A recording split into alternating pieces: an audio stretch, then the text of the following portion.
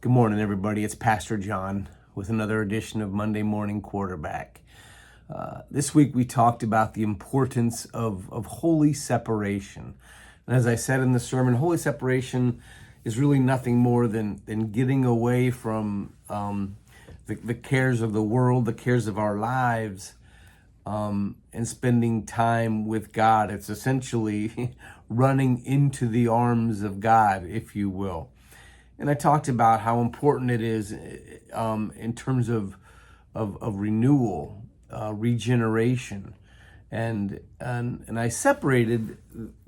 I did distinguish between getting away from it all and holy separation.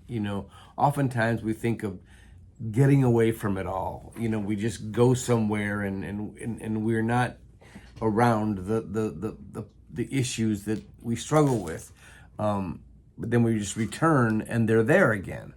And holy separation is a little bit different, because in holy separation we are not running from something as much as we are running to something, if you will. We're not running from our problems as much as we are running into the arms of God. And then God, in that process, we are restored so that we return to our lives, return to the world, and we have new eyes to see, new ears to hear, a new way to envision our lives in the midst of the challenges that we face.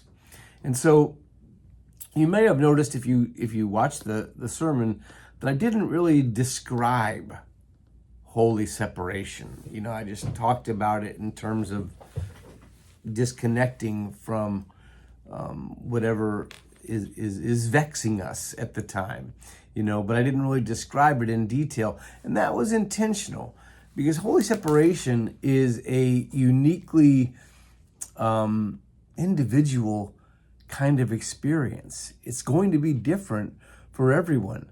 For me personally, one of the ways that I find holy separation is through hiking. When I can go on a hike by myself, I don't listen to music. I don't, listen to podcasts or anything.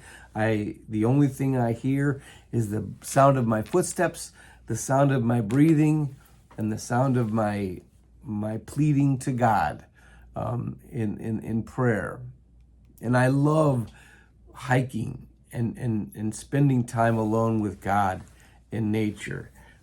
It's wonderful. Another way that I do holy separation is through poetry. I find poetry, poetry works on a different part of my brain than that analytical,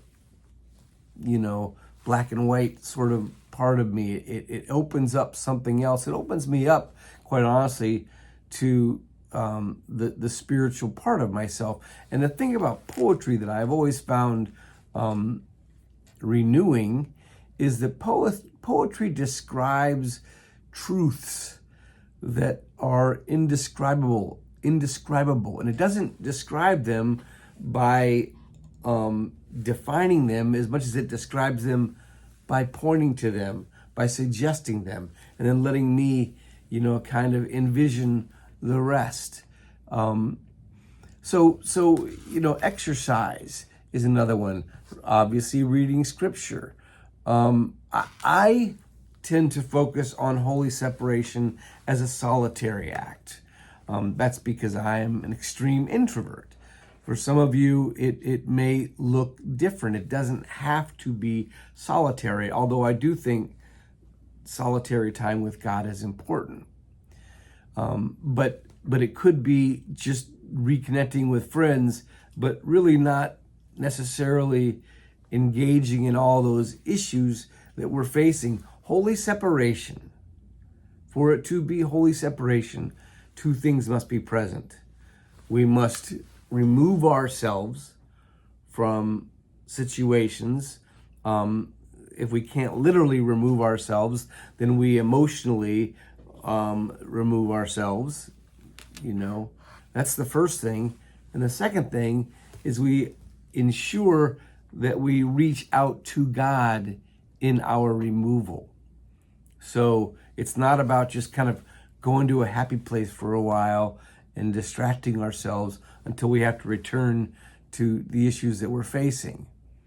It means removing ourselves from the situation, however we can do that, and experiencing the love and grace of God so that we are renewed when we return to our lives. Because holy separation is never about escape.